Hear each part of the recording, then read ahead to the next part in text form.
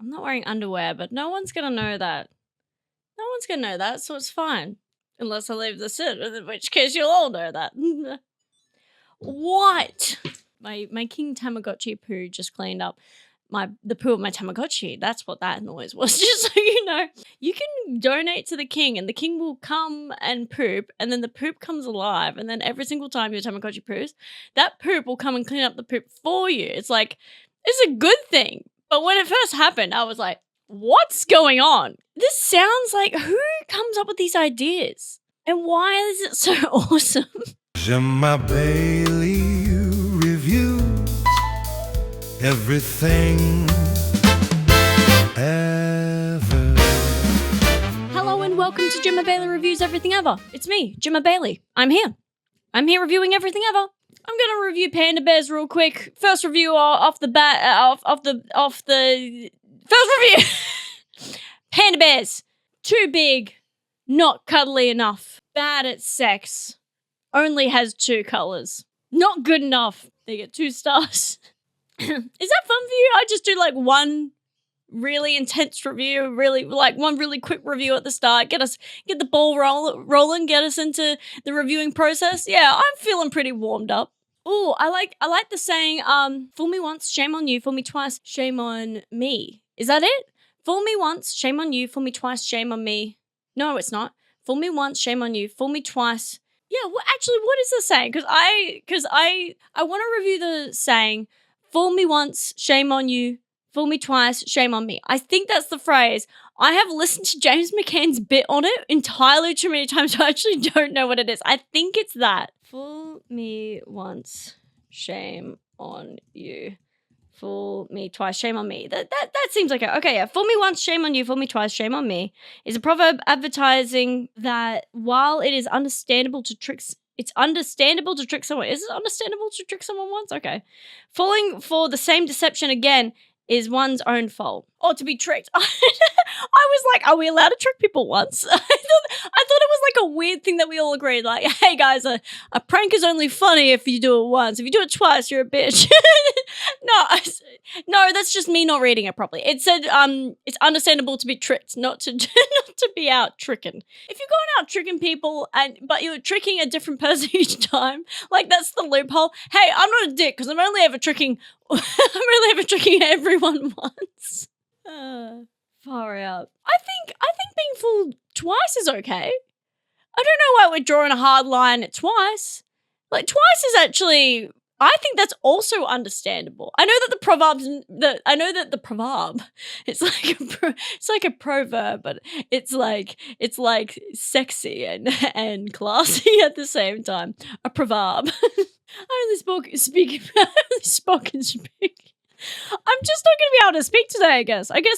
Let's give up. At least I look pretty, you know? Like, I understand that it's not meant to be taken literally. I do understand that. I just, in the vibe of being tricked once, like, being tricked twice, suddenly it's like, no, you're an idiot. You believe me again? You fool. I think 3 times is, like, a little bit like, come on. And 4 times it's like, you are an idiot. Twice is okay because people double down. And doubling down is actually what usually tricks me more. So, like, someone could say something to me and I could be kind of gullible about it and go like, really? Like, and then if someone tricks me a second time, especially if it's the same trick, you know, I'd be like, oh, yeah, okay, wow, that's crazy that's a thing. Like, I half believe it the first time and then I actually believe the second time because it's been doubled down on. The third time is prime real estate for going to trick someone a third time, meaning to get caught and having a bit of a laugh. Do you know what I mean? Like, rule of thirds. Like, the third time you do an outrageous version of the first 2 tricks to get them to understand. I think I've come at this proverb from a little like, I want everyone to enjoy the tricking. Like, I haven't even thought about it from the perspective of wanting to trick someone and being actually deceitful. I've come from it from the perspective of, let's all have a funny little prank on each other, shall we? It really speaks to where my mentality goes. I'm not naive person. I just want to live in a world where not bad shit's happening all the time. I'm happy to believe a fun and whimsical thing if it's allowed. Yeah, I don't think I've been tricked terribly. I don't like surprises, but that's a me thing. That's a real, that's a problem I have. Say the trick is not a fun time. Okay, hold on. Let me sit in the perspective of the trick is not a good trick. Okay, the trick is a bad trick. What's a bad trick? Maybe someone steals your money. Mind you, if they tricked me again and pickpocketed me again, I'd have to say that maybe they're just really good at pickpocketing. That's pretty impressive to get the same mark twice. Okay, sorry. We're gonna go. I've again gone to a really positive way to spin being tricked. Okay, terribly. Okay, I've been tricked terribly by someone close and dear to me. The worst type of trick. Okay, all right. They've cheated on me. Okay, all right. That's a bad example because I can't forgive cheaters. Man, I really tried to make the tricking not nice, and in so doing, I now feel really bad.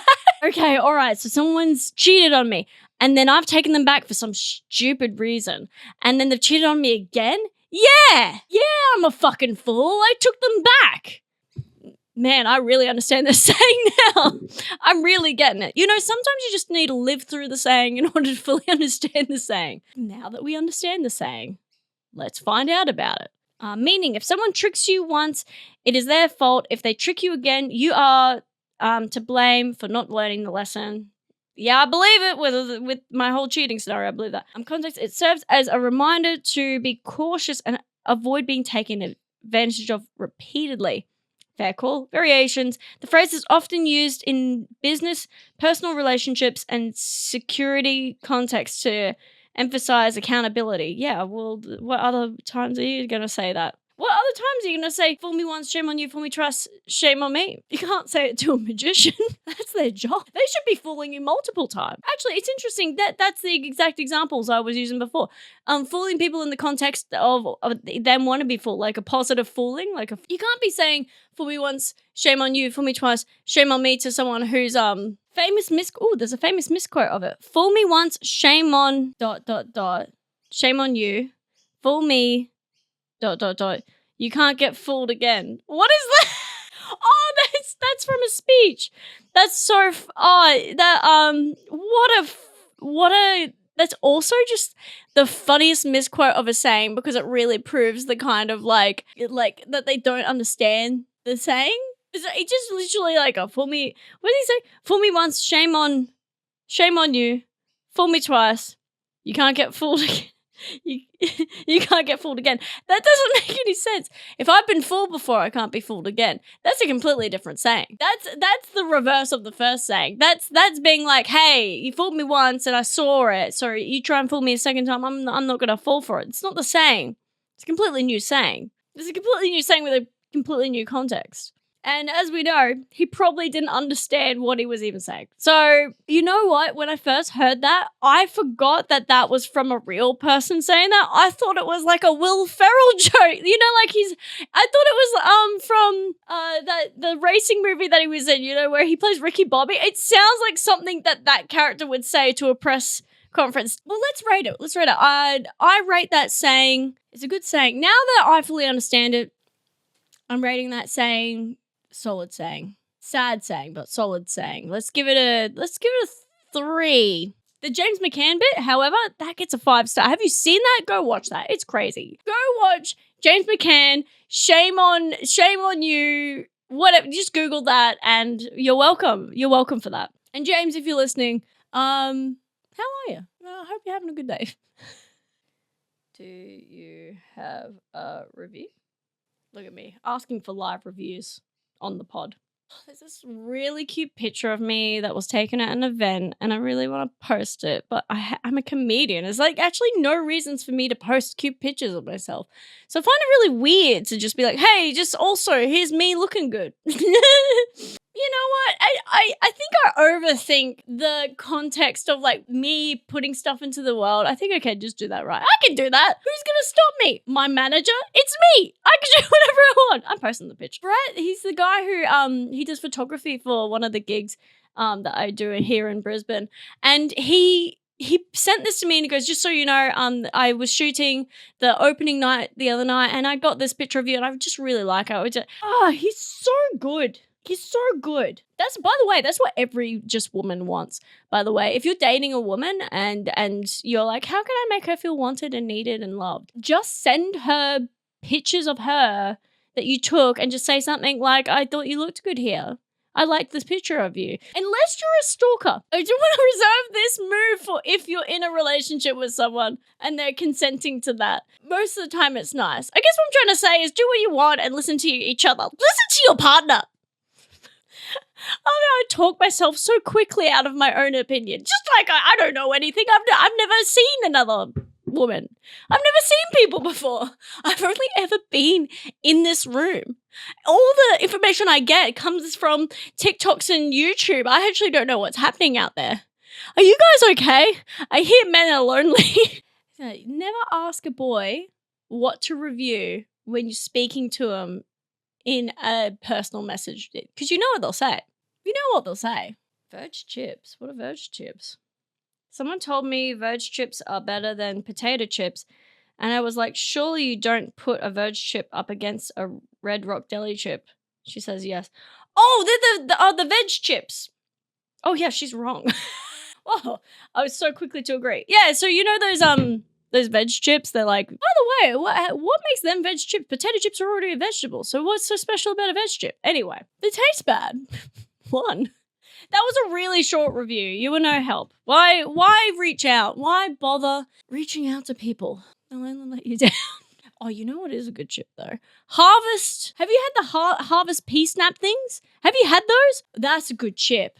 Now my favorite's the chili one, but like if you haven't had those and you don't mind the taste of peas, I will gladly pick them over top of a Red Rock Deli. I'll gladly pick them over a Dorito, a Cheez-It, whatever the things are. Is it Cheez-It an American thing? Cheetos is what I was thinking of. I don't like the orange puffy things unless I'm high. In which case I'm like, just give me all the cheese dust in a bag and I'll snort it.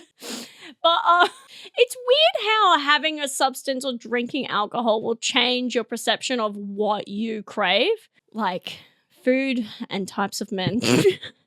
You go home with someone and you wake up and you go, wow, I can't believe my bed is full of ugly men and Cheez-Its. We're not even in America. How did I get Cheez-Its in my bed? And he rolls over and he's like, hey, last night was great. And you're like, fuck, an American. They keep getting into other countries. That's a bit topical. Oh, I'm nervous. I don't want to be in it. I don't want to be in the conversation. This podcast is just a fun little podcast where I review everything ever. I don't want to be anywhere near anything else. Everyone, come to Jemma Bayley Reviews Everything Ever, where we don't talk about anything that's going on outside. Oh, how did we get here? Oh, we were just talking about chips.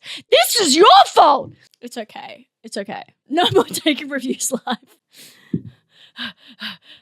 I really took a punt on taking a review live from my phone, and I don't know how it got political so fast. We're giving, what do we give Veg chips, like a 1? Yeah, that feels fair. Veg, whatever. Harvest snaps get a 5. Red Rock Deli gets a solid 4 though, because they are good chips. I agree. Okay, we're reviewing bowling. Bowling's like one of those things where when you're playing it, you're like, am I a genius?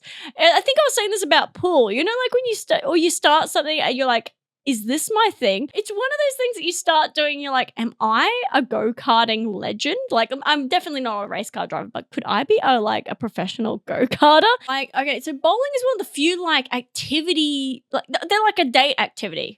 I'm gonna say I'm pretty good at bowling, but I want to also say that everyone is pretty good at bowling. If you can be there, then you can do it, and if you can do it, then everyone who's like, if you're all drunk in a bar and bowling, it's like a fun activity to do alongside socializing. That's how I see bowling. I know that if there's any professional bowlers on here, I'm sorry, you're not any. No.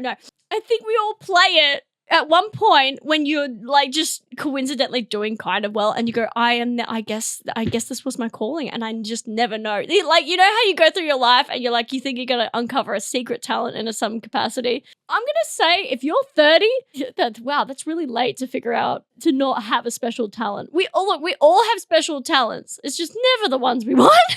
Mine is drawing, but I just do that for work. So bowling is like one of the date games. And as far as the date games go, it's like young people activity, like go-karting, mini golf. And then I guess as you get older, it just becomes like places where you can drink. So like darts. Oh, locked rooms, you know, things, activity things. Actually, I would love to do a locked room. I like doing locked rooms. I'm bad at it, but I just like being locked in a room. I love the idea that a guy's going to take me on a date to a locked room and I'm like, oh my God, let's go. And then like he goes, all right, I'll pick you up. And I'm just in my house locked in there and I'm like, get me out. Help me. He's like, you've misunderstood the lock room activity. We are so late. Bowling, hot dogs, funny looking carpets, strike. Those bowling balls, and I never know how heavy my bowling ball is meant to be versus like how thick it's meant to be for my fingers. I have like a deep-seated fear of my finger being pulled out by a bowling ball. Does anyone else got that? Was that in a movie when we were kids? It's just something I think about sometimes. I like little events where you can go like this and it makes your fingers go, ooh. It's all pretty good. I like when you're a kid, you have the thing, you go that has a little slide. It's like its own little it's a little bowling ball slide. If you're winning, that's when you get serious. If I'm winning, that's when I'm like, I have to win. If I'm losing, I'm like, it doesn't matter. We're all friends. Let's give bowling as date activity, as sport. It's just fun. It's fun. 3. It gets a 3. Darts isn't fun to me. You're only doing one. It's only like one thing, and it's a small tug. Far. Nah, not as fun. Oh, I would do axe throwing in a heartbeat though. I reckon I'd be good at that, but only because I love the aesthetic of throwing an axe. It goes like because I look like I'm from like some sort of Scottish village. Axe throwing seems like a thing that I would do. You know, can't you see me on one of those massive horses in like some sort of kilt thing throwing axes? That seems like me. I want people to look at axes and be like, yeah, that's Jemma. You see, like there's an emergency box and you see an axe in there and you go, oh, Jemma Bayley would throw that. That's all I want. That's the aesthetic that I dream of. I would like to review. I'm going to review the gym. I don't go. I don't go to it. I don't know why everyone else goes to it. I mean, I get it. It's full of equipment and people want to be buff and swole, but I just, you've got a floor in your house. And as far as I'm concerned, that's all you need to do a workout. If you can do push-ups, if you can do, that's all you need to, you're a human. You're a human. So just exercise the body, and a human will go for a walk, go for a run. Do a push-up on the floor. I just don't understand the extra shit. And if you need something heavy, find something around the house that's heavy. There's plenty of stuff that's heavy around the couch. I bet you, around the couch. I'm thinking of a couch. There's plenty of stuff around the house that's heavy. If you've ever had a friend come over to help you move the couch, that's where I was going. See, my brain is already over there, and my mouth is coming. If you've ever had someone to come around and help you move heavy things, don't. That's your exercise. Done. Tick. Why go? There's people there and they're watching, and none of your stuff is there. You have to bring a bag. You have to.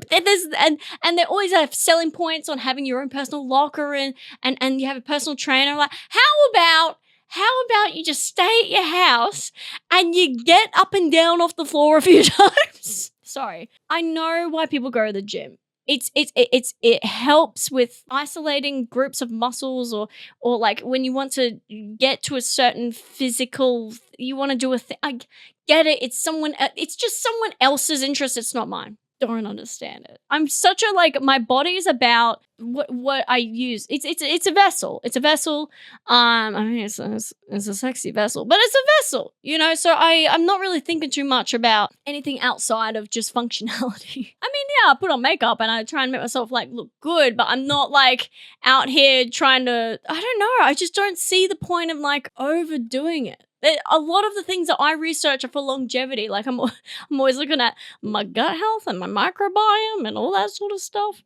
Look at that. Now I'm taking vitamin D supplements. I wish I was paying attention to that earlier. Looking after my skin from skin cancers. A lot of it just has to do with maintaining my actual health, because I do fundamentally believe that health is wealth. If health is wealth, gyms have taken so much health away from us. They cost so much for what they. The inner like. You can do all that at home. Probably no, you can't do it all at home, but you can look after yourself for free. I think the health industry is like fucked. Like I just think they've sold us on this concept of like you can look a certain way. And as a woman, that shit has been shoved in my face so much. And I want something better shoved in my face. I know it's a hobby. The way I chalk it up, going to the gym and doing your exercise, if you're into that, that's your hobby. Much like how I like to paint or draw or whatever. That's not giving me anything apart from like it's mental. Maybe it's for your mental health. Maybe that's great. It's in some other capacity. Let me talk myself out of my harsh opinion on it. If you go to the gym and it makes you happy and it makes you feel good, then go. Waste your money.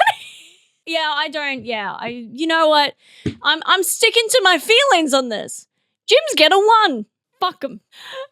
Don't come at me please don't come fight me if you're a gym bro, because I'm not going to be able to take you. I don't know if you've noticed, but I do not go to the gym. I'm just out here with a microphone shouting about shit. And you can be, you know what? You can review that. However, but I am reviewing everything ever. So you are going to be on the chopping block sooner or later.